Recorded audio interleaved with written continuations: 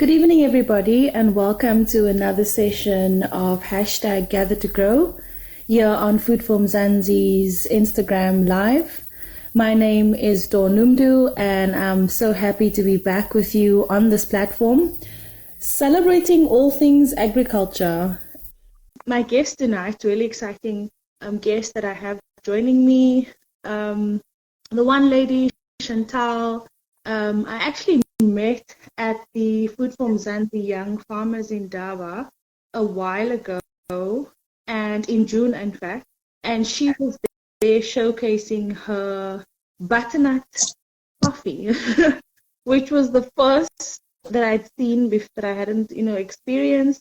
Let me just see who's joining me now. Joining from Pretoria, East London. Okay, we do cow farming. Okay, so livestock. That's great.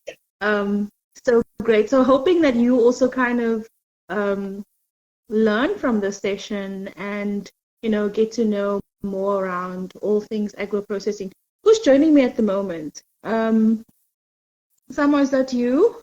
I see that you have your camera on, but it's Just need to. Cool. Great. Samo, Let me switch off the light. cool. So while he's settling in, I would love to know where everyone is connecting from. Manuela from Zira. I recently started pork farming earlier this year. Actually, one of the people I follow on my social media was saying that, small scale or at least sustainable or free range pig farming is very good to start out with. I'm not an expert, but this was this person's experience as well. So do let me know how that's going. Okay, so Tiamo, while you're here, maybe you can tell us a bit about you. You're an agricultural economist, but you also do many other things. I know from all of my experience with my guests on the platform that they wear many hats. So if you can just tell us more about you, what you do within the agricultural space, just an introduction. Thanks. Hi, viewers. Thank you for the platform. I am Tiamo Likoma. I grew up in Middleburg, Eastern Cape. Agriculture, in this space that we are in, especially when it comes to commercial farming, it's actually something that I grew up with and that I grown fond of doing. So I pursued my studies at Grootfontein. Unfortunately, there's a college here, an agricultural college that specializes in small stock, but predominantly wool and mohair production.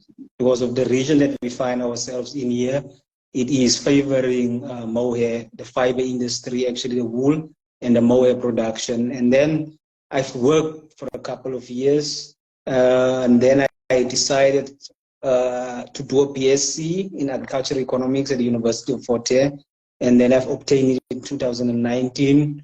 Basically, from there on, I did what I actually was taught. Did actually saw opportunities within the sphere of agriculture, and I started off doing shearing services, offering to the farmers, because I was trained actually to handle wool and also contribute in terms of my knowledge towards pointing out where can farmers improve.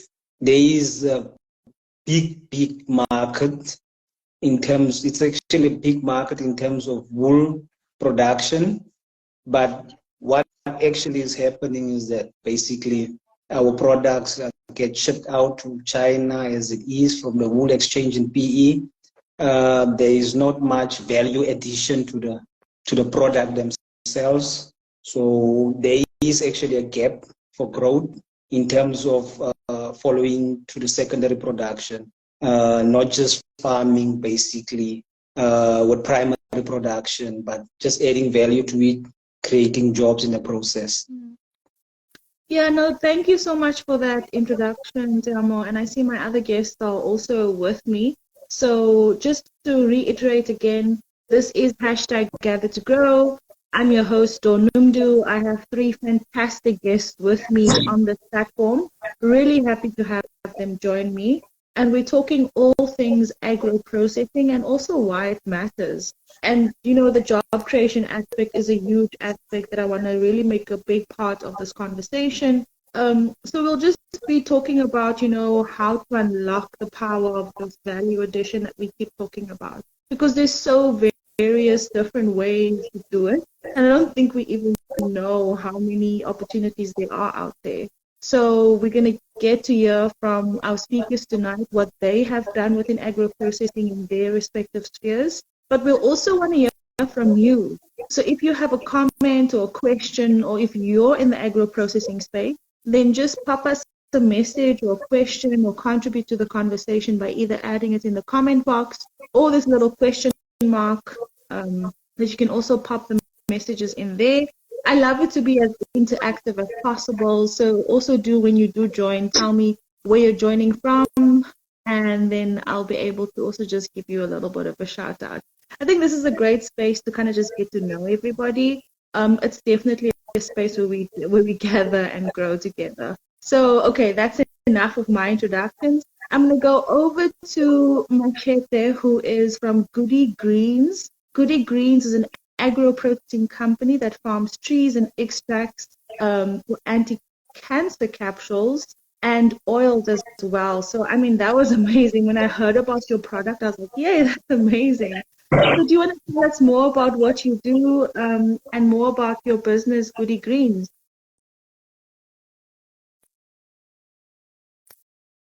I think you're still on mute, though. Greetings, everyone. I'm not sure if I'm audible enough. Very clear. Thanks. I love your background. Very clear. You feel very farm. Yes. Yes, this is actually in the in the rural of the farms, the side of northern Pretoria. It's actually northeast Cullinan, and we actually farm the pomegranates. So many people would actually say that the pomegranate is the most nutritious fruit ever. It's a debate, but in most cases people would ask themselves, okay, what's the best way to stay healthy? And then that's when we started here 8-9 years ago. This is the 10th season, and then we're just selling the fruits as fresh produce from 2019, 2020, and then last year, that's when we actually started going processing it. So this fruit has got a lot of potential because you can actually get about 20 products from the same fruit, and in the process having to preserve it, because if you can check here in South Africa, we've got about 10 million of tons that goes basically to waste, for the fact that if you sell it as a fresh produce, there's a lot that is happening that you find that they don't actually get to the end users. And even the end users, you might find that they keep it inside the fridge and everything, and then along the line they don't even get the benefits. So we actually started making the capsules from the pomegranates, and we extract the anti-cancer benefits from the fruit. And then we're actually developing 3 more products, like pomegranate gel, and the one that deals with diabetics and potency, especially on women. But at the moment, the products that we actually produce is the pomegranate oil that is used in the cosmetics. And then from there, then the juice, we are actually extracting the capsules, anti-canceral capsules. And then the other products are actually in the development stage at the moment. And then on the other side, when you have trees, one would actually ask themselves that what is it that you can add, because the season is only once a year, and you find that the whole year you are actually idling or doing minimal work.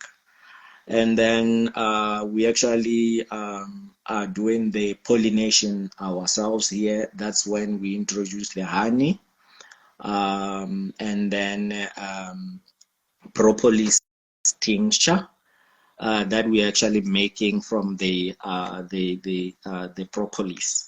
So basically, we deal with bee farming and the pomegranate processing. Absolutely amazing. I think that there's not enough said around the value of propolis when it comes to bees and beekeeping. That's enough people, right. Yeah, people don't know Yes. how precious that is. I'm telling you. A lot. Really, A lot. yes. Yes. So I'm so Yeah. happy you mentioned that. Because I didn't mention that in the beginning of my of my introductions. But thank you so much for sharing your intro. I see Chantal. I can't see you on my side, but I know that you're on the screen, right? So welcome. Thank you so much for being here. Just tell us more about you. I met you in person. I tasted your coffee. Tell us about your product and more about how you got into agro processing and all of that. Just a short backstory, please. Thank you, Ms. Dawn. Can everyone see? Is it just you and our guest speakers see me? I think it's just me. Sometimes my Instagram does something weird. I think it's just me. You guys can see her, right? No. Oh, you can't see her either. I'm not sure what's happening, but let's carry on, and I'm sure we can figure it out again afterwards, as long as we can hear you. Is that okay? It's okay. Okay. Yes, but thank you for the invite again. I think agri-processing is one of my favorite topics, and also sometimes the least favorite when you get into the production scale. Okay, in the interest of time, I'm gonna maybe kick off with some of my questions that I had prepared for the session.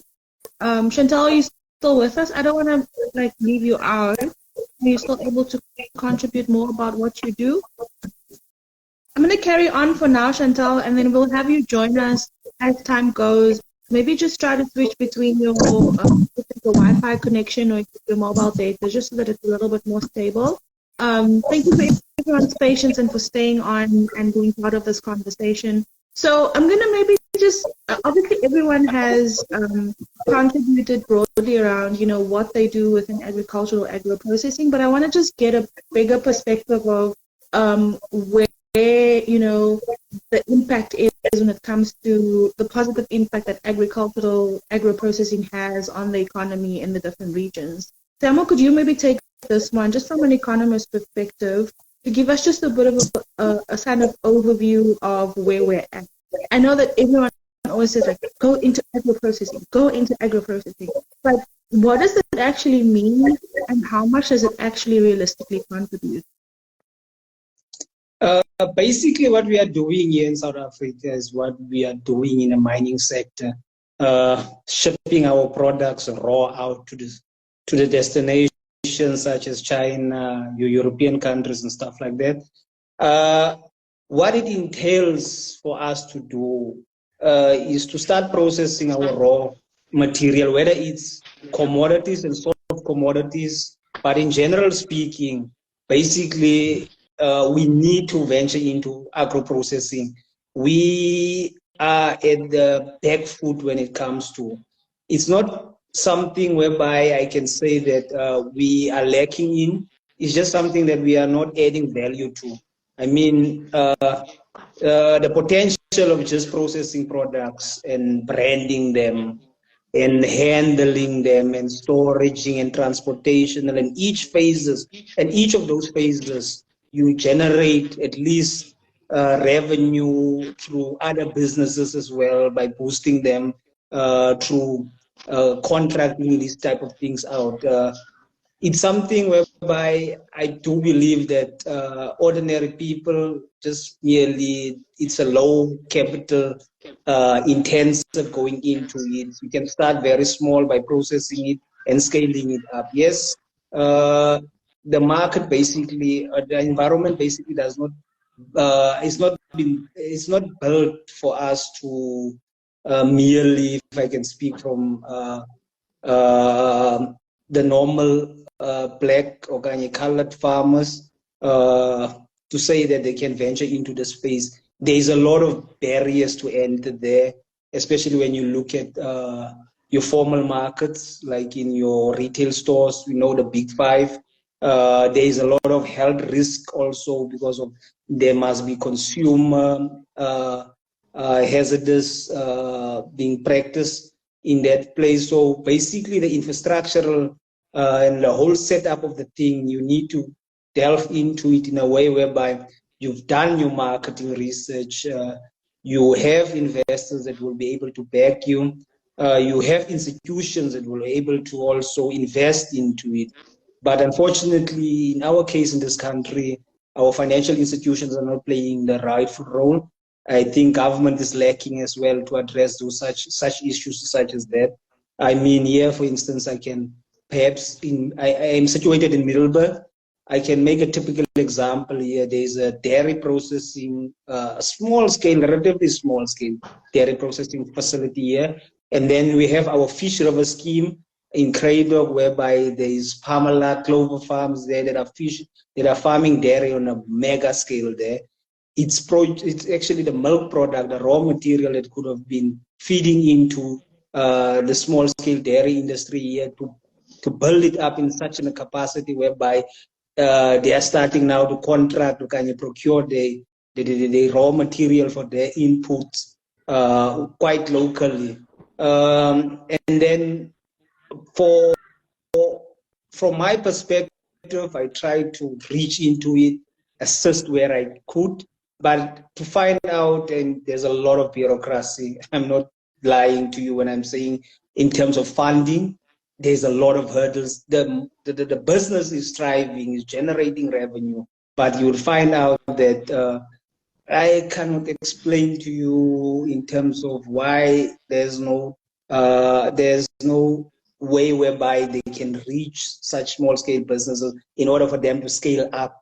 I mean, scaling up will also create local jobs. It will also put the local town on the map, stating that there is a brand called Vans here.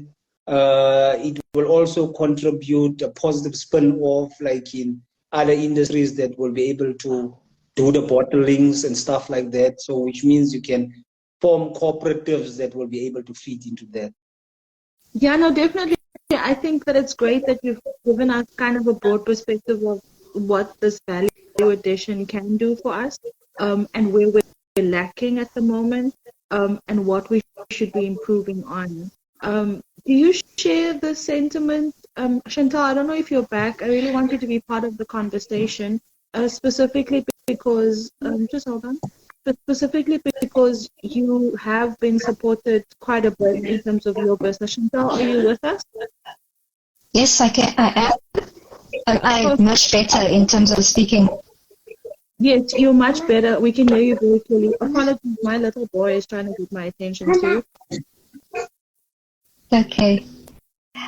So, I agree with. You just want to give us your perspective on how you've been in the industry and participated in it as an agro processor.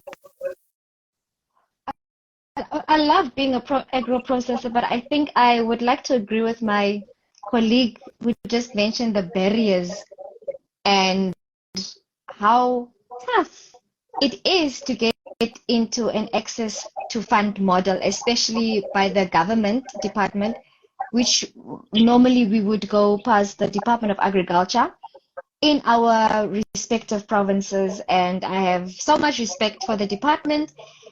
However, there is a few challenges, but however, there's way other means to get funds for our businesses.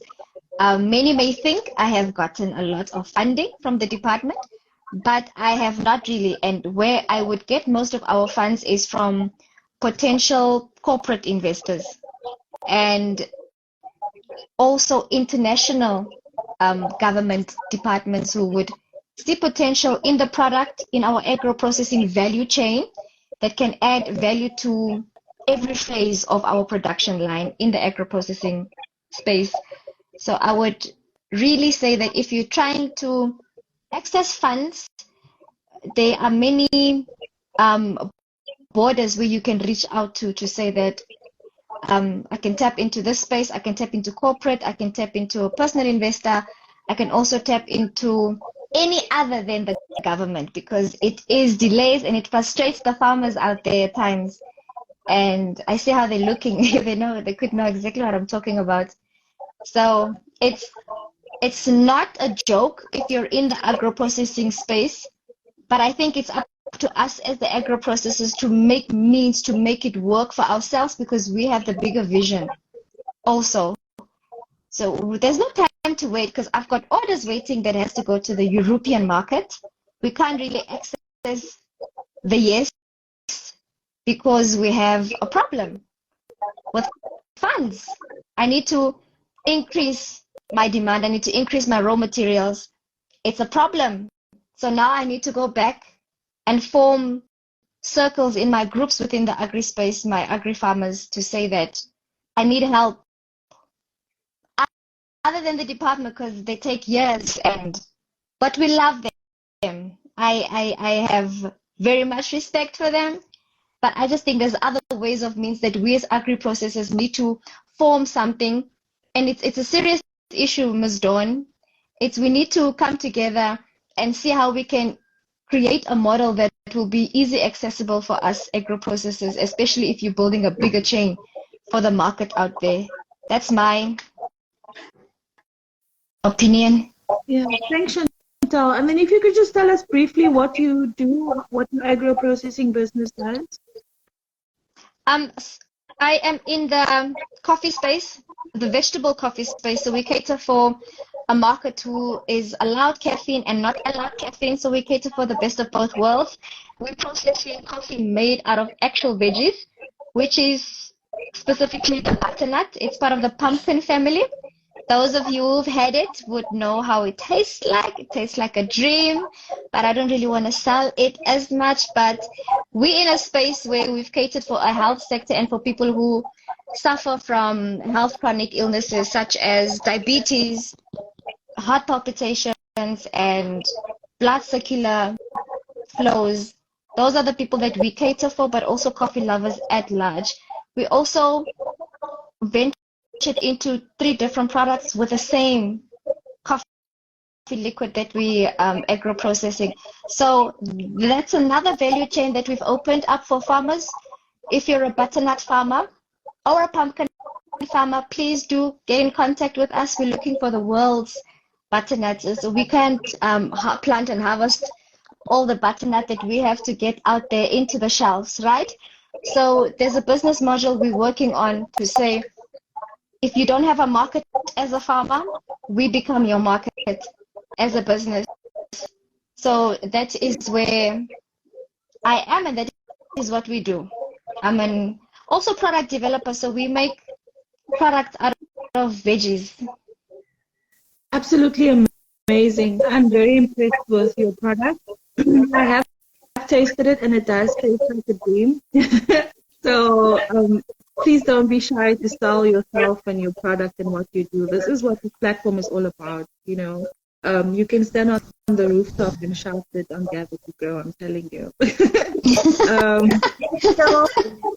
And it's already half past, and we've just basically touched the surface. You know, barely touched the surface of this conversation.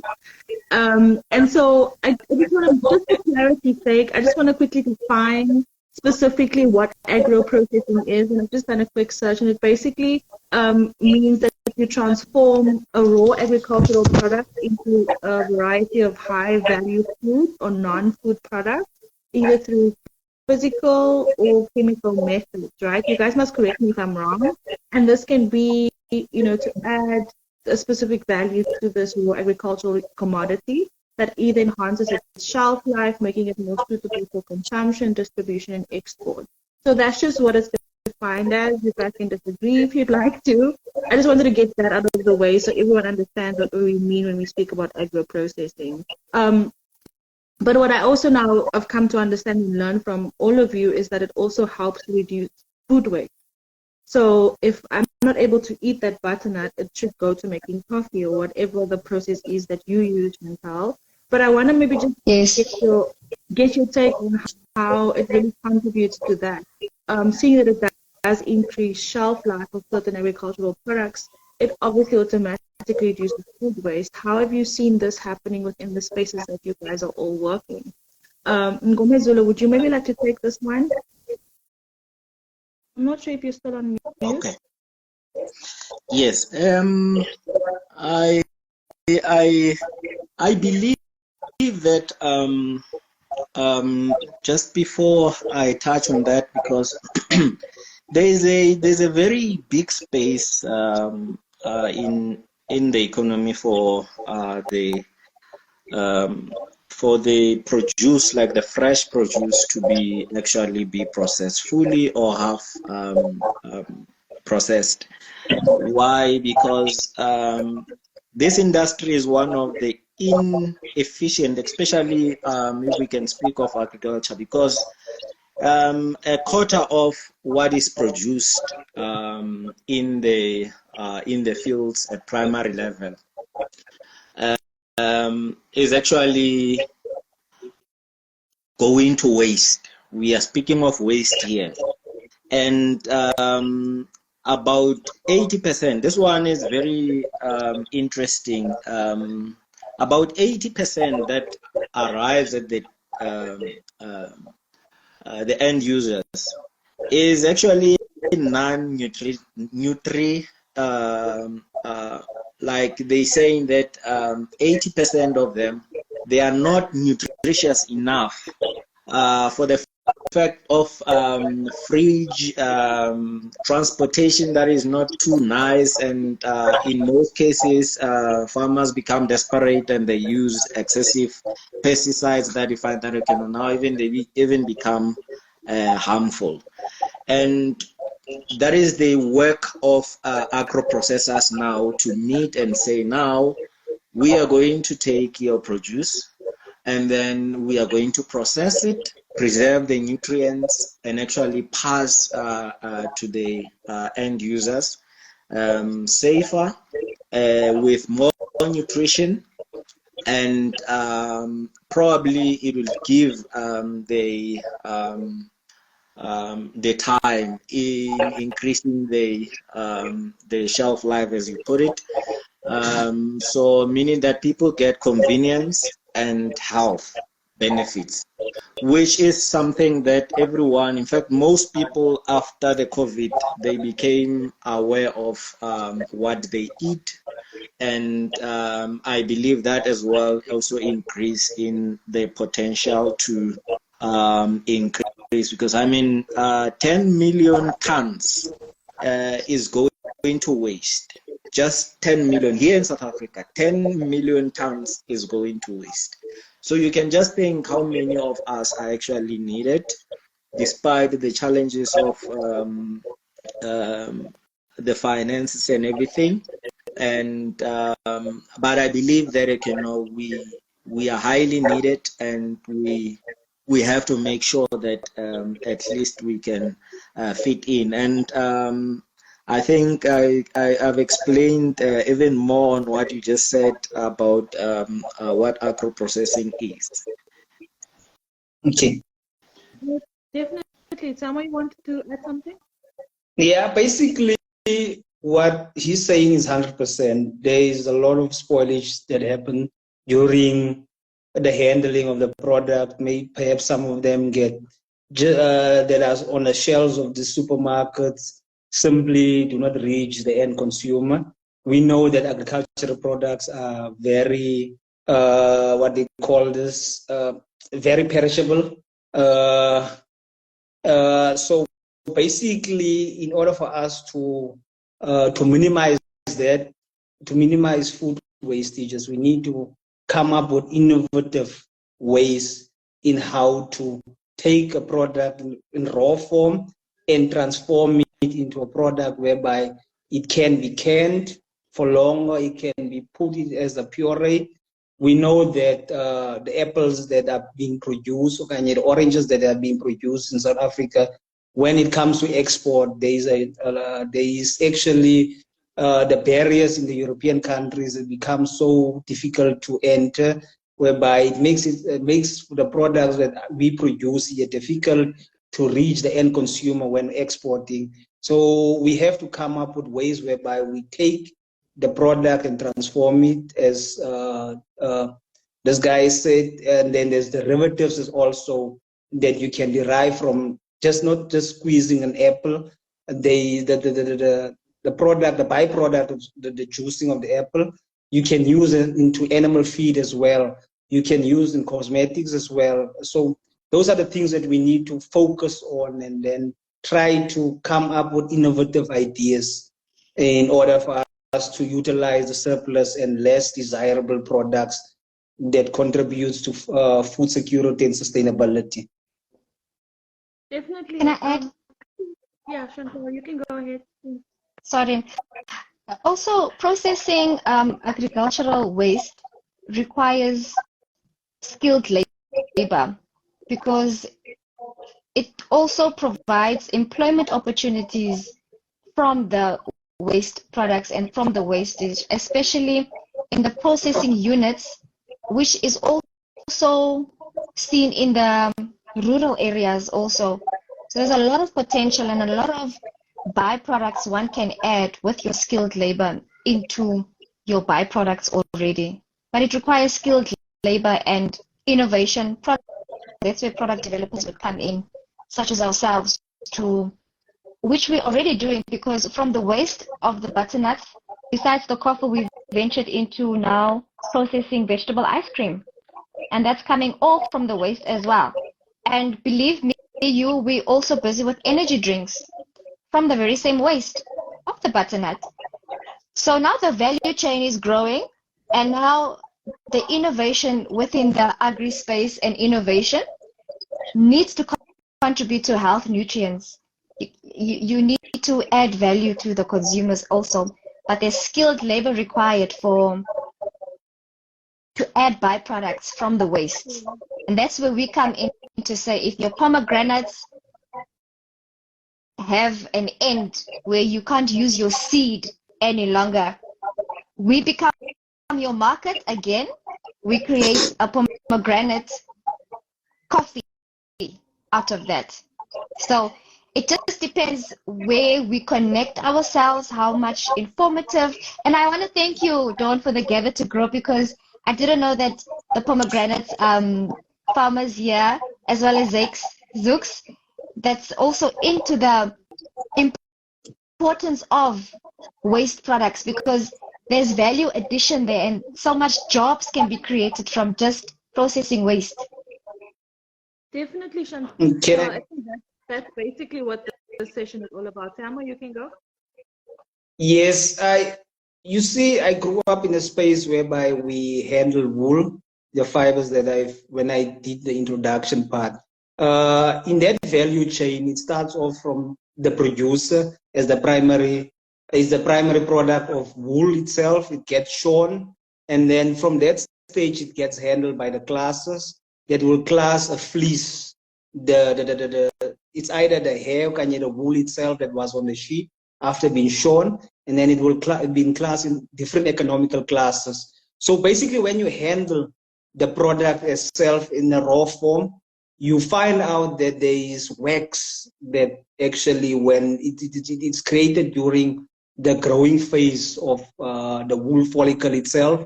In our skins, we will find out that you excrete, there is certain glands that excrete oil in our faces, whether in our hands, armpits. Basically, when you handle wool, there's a byproduct created by, it's a derivative of wool. It's a product called lanolin, but it's wool wax. It's been used like in products such as Labello. You find it in there. And there's products such as this that I usually use to rub myself the lotion in the cosmetic industry. It is the wax transformed into, it's used as lanolin in these products. So basically there is a market when you wash wool.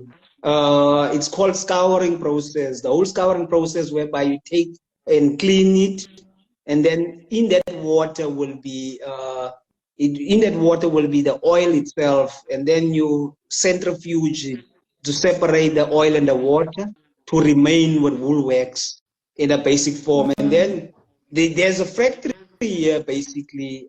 It's called Rolf Laboratories. It actually offers services for Nivea, as well as this product that I'm holding here in my hands that I'm making.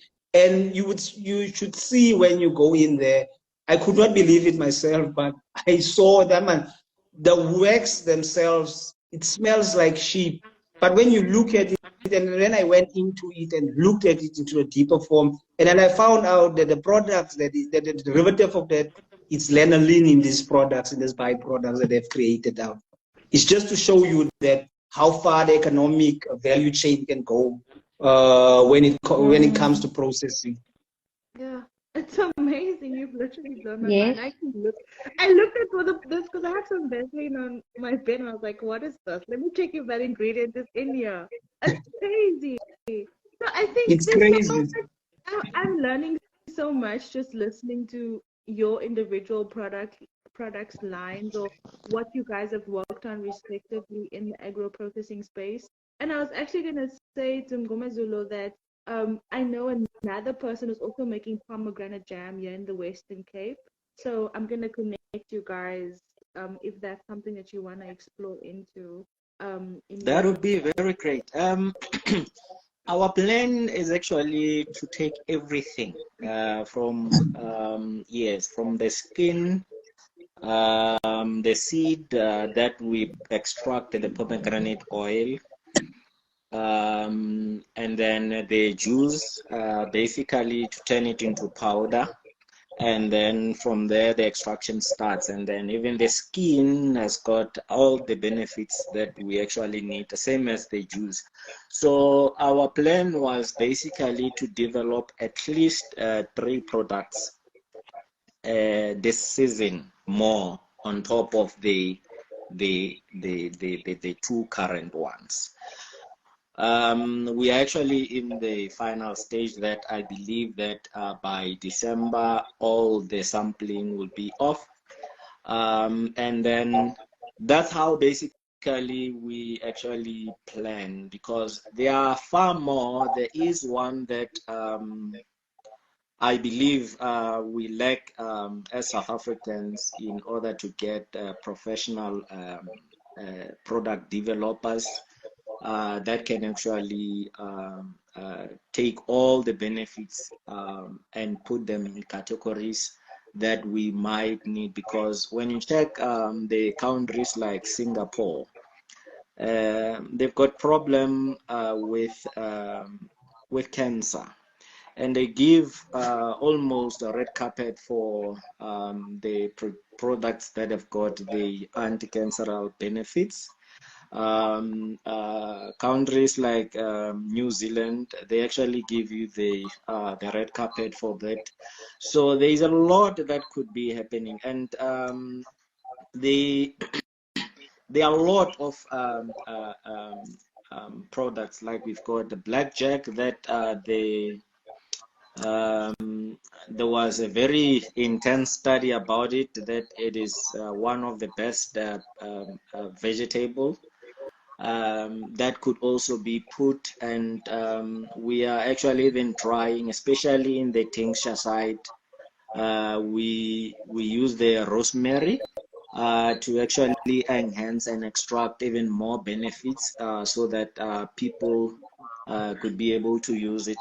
Just that the problem, I think it has already been said that the access to capital is actually a problem here in South Africa. It cannot be addressed, and even though there is noise behind that, okay, no, this is what is going to be happening, but the truth of the matter is that we have dependent, in fact, we are from the generation whereby we even name brand as a product to show that we still are not able to develop things that belongs to us, that we can even make ourselves. You find that we call a brand name a product, even in a different container, it's still that, and you just give it.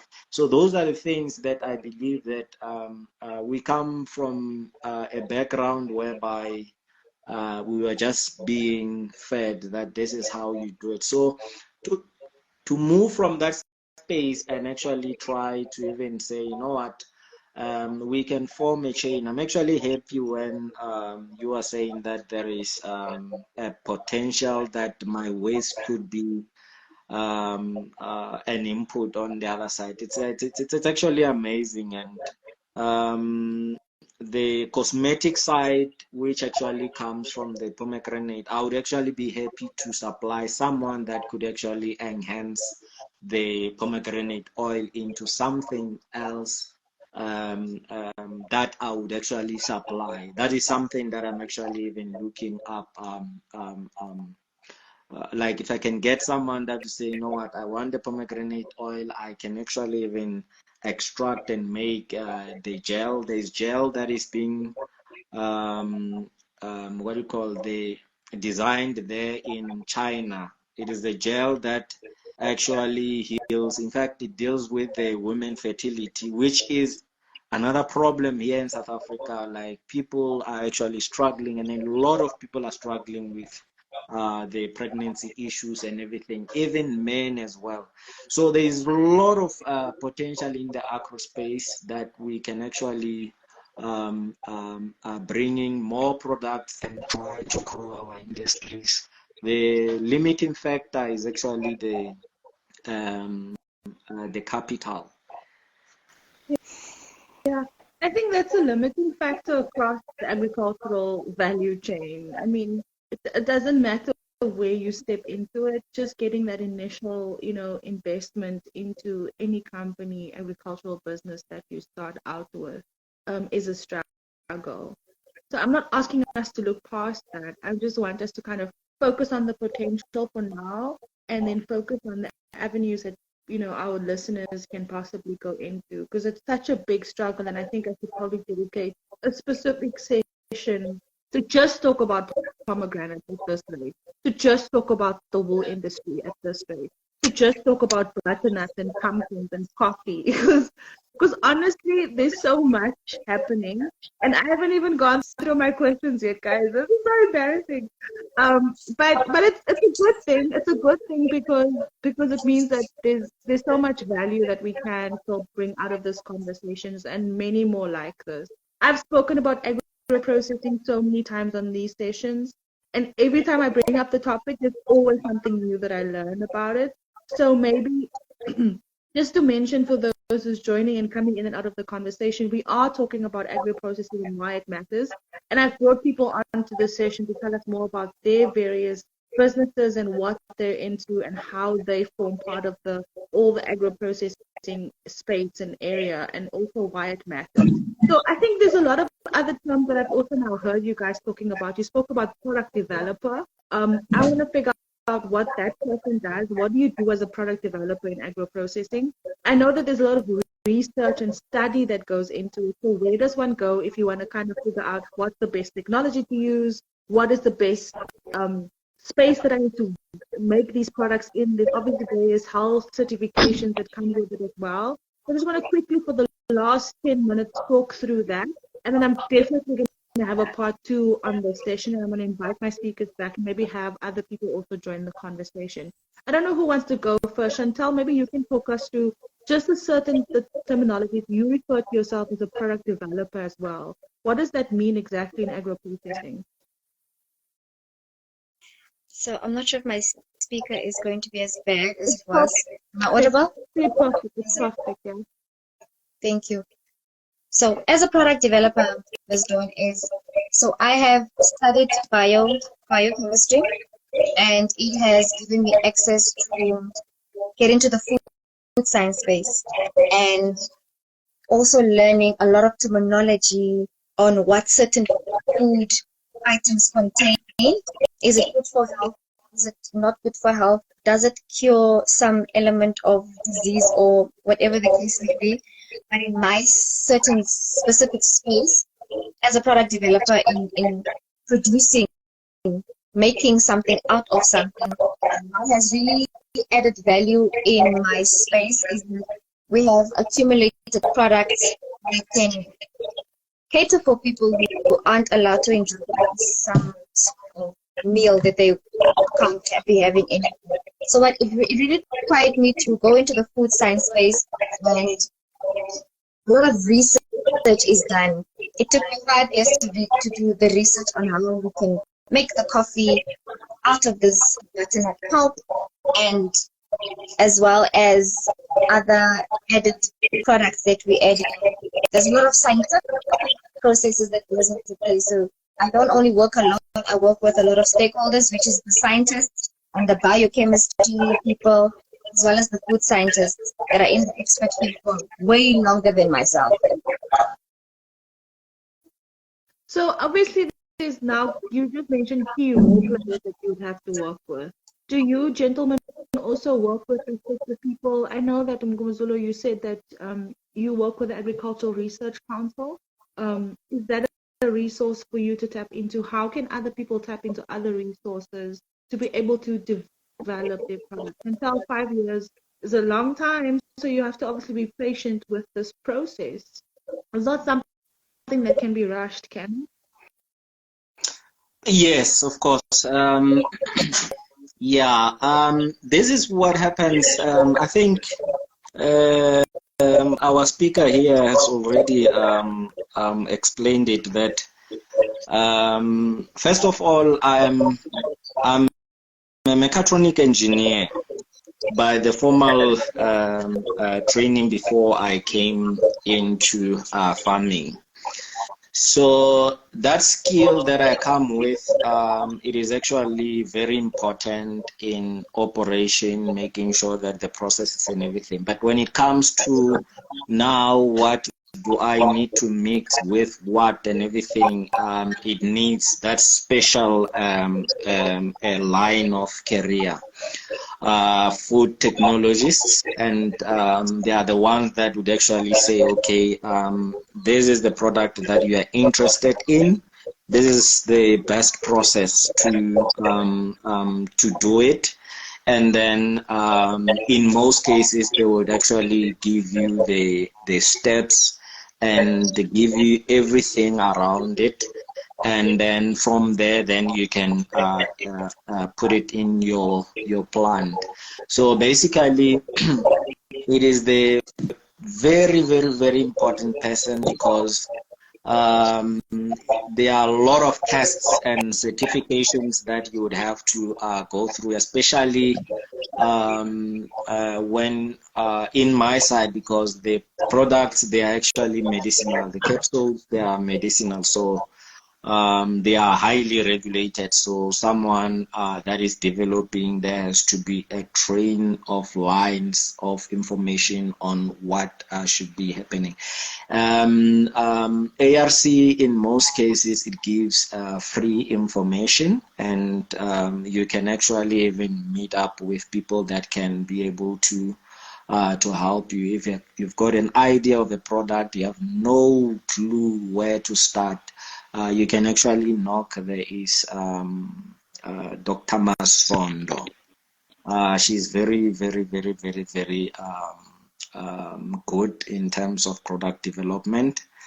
So you just knock there, and then they will help you. And some of the what do you call the services, they actually would charge you, like when you develop your own product, and then they write step by step. And I'm actually even happy that we've got someone that actually did that. So it's I mean, it's just to consult and then write exactly what you want, take your products to them. They would test, and yeah, but that's how the business started. In fact, that is the backbone, because if that stage actually fails, then when they come and verify and say, hey, you said you are selling this, and now this is what we find, and now you would end up in jail. So that's the backbone of of the business, because I mean, that would be fraud. And yeah, so I'm actually happy that there is a product developer here in our platform. I would love also to have their numbers and call some ideas probably I can get. And thank you very much. Yeah, no, Chantal is great. I'm sure she'll be open to it. But I think, I think we've basically come to the end of this part of the session. There's only 3 minutes left, but I think the conversation just went by naturally. I'm not even too stressed about me not getting to all my questions. There were some aspects that I wanted to focus on in terms of, how technology helps to enhance various aspects of your businesses. I wanted to focus specifically on small-scale production and how to get smallholder producers to think more around agro-processing, even though they're just starting out, or they've maybe been in the sector for a while, but they're not yet on a medium to commercial scale, but they can contribute towards other businesses like Chantal's business or other businesses as well. So yeah, I'm going to definitely try and schedule another session. I'm just going to ask all of my speakers to give one last final comment as we wrap up. And I want you to can also speak about, where people can find resources and support, because that's basically what I think people get the most value out of these sessions from. If they can go and research something, find a contact, speak to all of you directly if that's possible as well. Message Food from Mzansi as follow-up. Whatever follow-up questions you guys have, please do bombard us with messages, because we love to hear from you. So I'm going to start with Tshiamo, because I think I started with him in the beginning, and then I'll move from there. So Tshiamo, over to you. Basically, it sums it all up, man. When you look at our indigenous food, how the indigenous people practice, and we'll make a typical example in terms of the Venda people in preserving Mompani worms. There is a method when you follow the traditional route in order for us to preserve food, you understand? And then those type of traditional foods, the food endemic towards South Africa, have made its way to mainstream, mainstream agro-processing. Institutions are there, your academic institutions, first of all. There is departments within the academic institutions that deal with food preservation, food technology, and product development and marketing when you come into the economic sphere. Is it viable for you to enter into this market? Is the market not yet saturated? All of those pros and cons with it. In terms of even operations, the procurement space, you need to look into. Basically, what it all boils down to is, I would not discourage anybody from not entering into our agricultural sphere, especially the agro-processing sphere. You don't need to have an agricultural background to enter into it, but certainly to understand the product and how it behaves in certain forms, it's very, very crucial. I mean, typically example goes again, I will go back to our indigenous food when I speak about the semp and beans. Semp and beans is basically our staple food here in South Africa. How can we, it takes a lot of time to cook semp and beans. it takes actually a lot of time. How can we take an ordinary product such as hemp beans, pre-cook it for the users, freeze dry it or whatsoever, put it into the chain? People will find it in stores when they come home from a long day's work. Just put it maybe in the way it's packaged, maybe in a bag, a sealed bag, put it into a pot, a boiling pot, start preparing, or maybe in an oven form or something like that form. But it's to think outside of the box and not just look at our mainstream foods that we are processing within the agricultural sphere, but try as well as see how can we minimize the time. It's all about minimizing the time for us to prepare, because there's not time. Time is a precious commodity, and it's something that we all need to cherish, and we really do not have it in this country. Oh, I'm open to that. Thank you. Hemp and beans, because it usually takes a long time to prepare. But I mean, it's usually I put it in a slow cooker in the hot pot. That's basically what I do. But I mean, that's a brilliant idea. I think there's so many brilliant ideas that we can share and come up with in these spaces. Maybe someone will, in a few years' time, have instant hemp and beans. But they do make it in the can, though. That's like, isn't that similar? Because I've seen that. No, it's called it's the baked beans. Those ones. It's not kind of similar. Did you see? There's a product that Ace made. I think it's the one that has the same only. It's about 30 minutes to pre-cook it. You understand? So which means they've found a form of way whereby they've cooked it already and then dried it out or whatsoever that they did. So basically what you do is just pour it in a pot. Within 30 minutes, it's done and dusted. All right, I'll check it out. I mean, if you look at programs such as those food channel programs, all of those processing companies have started from family recipes in the kitchen and simple recipes, and then they did the research within these institutions, whether the people that studied biochemistry, food sciences, and all of those people that are within that industry, how to take the product and preserve it for a longer period in order for us to recook it and can you pre-cook it for human consumption at the end of the day, make it palatable. Definitely. Ngumezula, over to you. Oh, okay.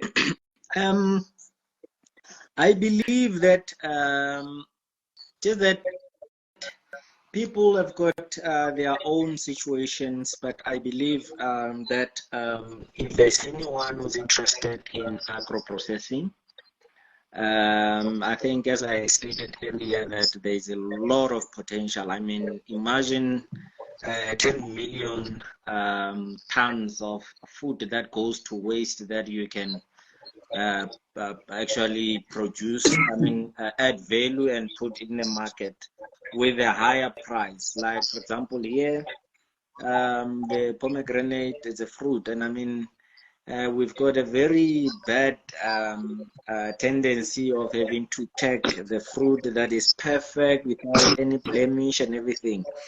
We are not questioning the nutrients. We are actually questioning how it looks like. The tomato, it must look nice and beautiful.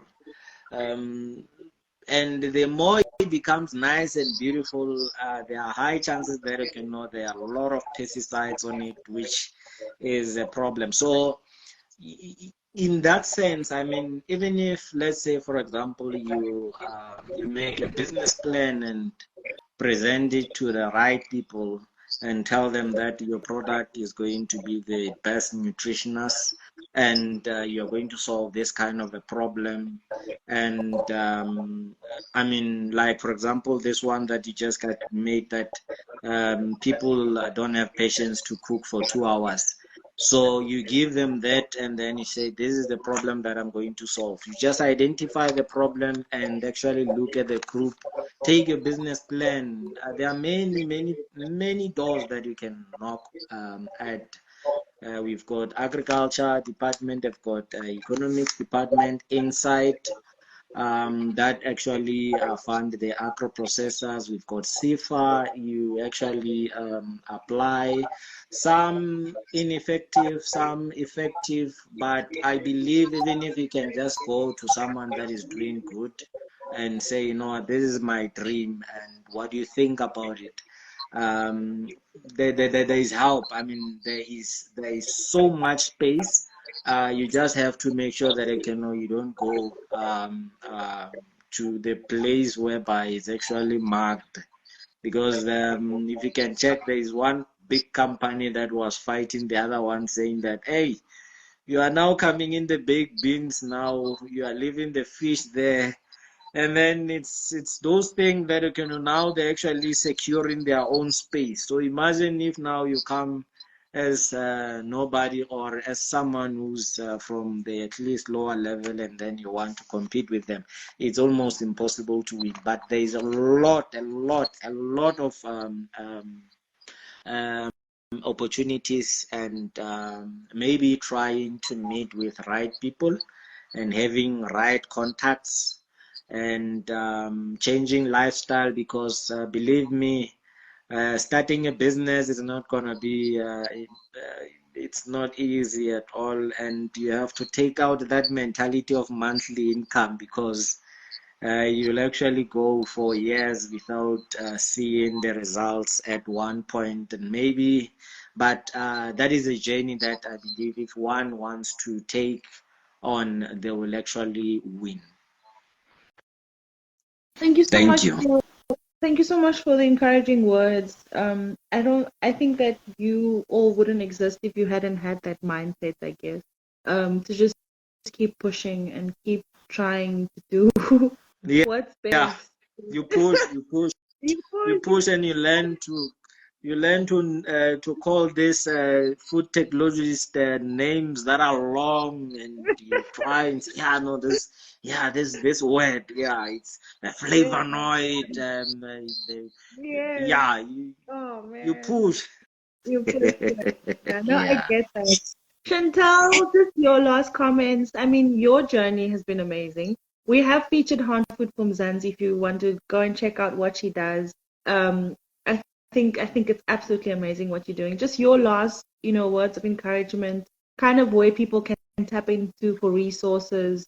I know that you also recently gave me some advice on the SAB Foundation as a obviously also avenue to go into. So if you could just list that for us briefly, thanks. So thank you, Dawn. There's quite a few. Getting into the product development space and agri space can be exciting and rewarding at the same time, right? And you don't also necessarily have to have the educational background to be into the space. We have a lot of other resources such as the universities that are able to assist with your product development. We also have the Department of Science and Innovation that is able to assist. And they don't just come in as engineers. What they do is that they take you through your whole chain.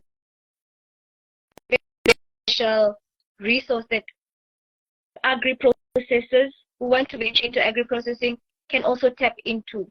So the Department of Science and Innovation is one critical key stakeholder that you would want to get on board if you have a broader value chain for your business, for your agribusiness. And the skill here is to also keep evolving. There are programs that also allow you, like the SAB Foundation, that is linked to corporate companies such as your Cyros, because I'm in the coffee space, vegetables coffee space. Get connected to manufacturers that are able to assist small businesses. And it yet again depends what type of agri you want to venture into, that you just need to keep evolving and surround yourself and build a personal brand with your agri product, whether it be a waste or a raw product, raw material, a waste product. It needs to be something that builds the nutritional value in the space also. Yeah. thank you so much. One other thing I picked up on is that a lot of these, businesses and agro-processing businesses is very strongly aligned to the health sector and those products and product development in that way. So I think next time we'll definitely unpack that a little bit more. For all of my guests, I want to thank you for your time. We have gone a bit over time, but I think you'll forgive me. Thank you to everyone who stayed on from the beginning, came in and out of the conversation. It was absolutely great. I'm going to tell you guys what my next topic is, but I think I'll definitely try and slot another agro-processing session in before the end of the year, although all of my sessions have actually already been planned. There's a lot. One can talk in the agri space. Yes, it never ends. Funding modules to market. And also it's something that I think we've overlooked even in this conversation. I don't want to sound as I don't want to come out as pessimistic and there's no optimism for us to achieve ultimately our financial goals in this process. But Eskom has also hampered us. When we speak about agriculture, we cannot exclude Eskom out of this conversation. It's something that will limit the growth. It's actually something that is actually putting a wet cloth over the economy of South Africa, especially when it comes to agriculture and the agro-processing industry. I hear you, and I'm not asking you to be super optimistic. Sorry if you kind of understood that earlier with me trying to not talk so much about the funding aspect. We can talk all about the challenges. It was part of my questioning. So next time we'll go full force with all of the aspects, the marketing aspects, the export opportunities, even just here within Africa. How do we explore more of that? How can we work with our neighboring countries and kind of make that easier for us as well? So there's so many avenues to still focus on. For now, I'm going to thank all of my beautiful guests. I want to try and test all of your products, by the way. So I'll connect with you because I feel like there's so much more value if I say, hey, I've had that. I've tasted that. I know what that feels like. I've had the pomegranate capsules for like a month and it made me more fertile. No, I'm just joking. But basically, I'm interested to know more about your products, individually and your respective businesses. So thank you so much once again. I just want to share my next topic. So I only do this every second week since we changed over to Instagram Live. So my next session is on the 1st of November. And we're focusing on livestock farming. I want to highlight all the types of livestock farming in South Africa and also just the significance and the economic significance of the sector within the broad agricultural space. So that's basically what I'll be focusing on because I think, again, there's a lot of avenues. And then going into December, I'll be talking about farming and rural development. And then on the 6th of December, we're doing exporting South African agricultural products. And then towards the end of December, I'm going to be talking about farm safety. But all of these topics are available on Food from Mzansi's Instagram Live. You can basically go there, click reminders for it. Thanks so much for your comment, Warren. Great live. I've learned a lot as always. Thanks, Warren. I hope you come back when I'm, back again on the 1st. There is a lot of things that also happens in the interim with some of my other colleagues with Instagram Lives. There's the Food from Mzansi Farmer Days. We have continuous flows of information through our Full Farmers Inside Track podcast, which I'm a host of as well. So do go and check out all of our platforms and all of our channels. For now, from me, Donumdu, have a great rest of the evening. All the best with load shedding, guys. I'm sorry, I feel you. I just want to say, I'm there with you. All the best with your businesses, all the best with agro-processing spaces. And please feel free to connect. We have our WhatsApp group, but I'll definitely try and also share posts and other aspects of it as well. So we can just see how we can make magic and connect more people and just see us all growing together. Because that's what it's all about. We're here to gather and to grow. Thank you once again. Thank you very much. Thank you. Bye, guys. Bye-bye. Bye. Bye. Bye.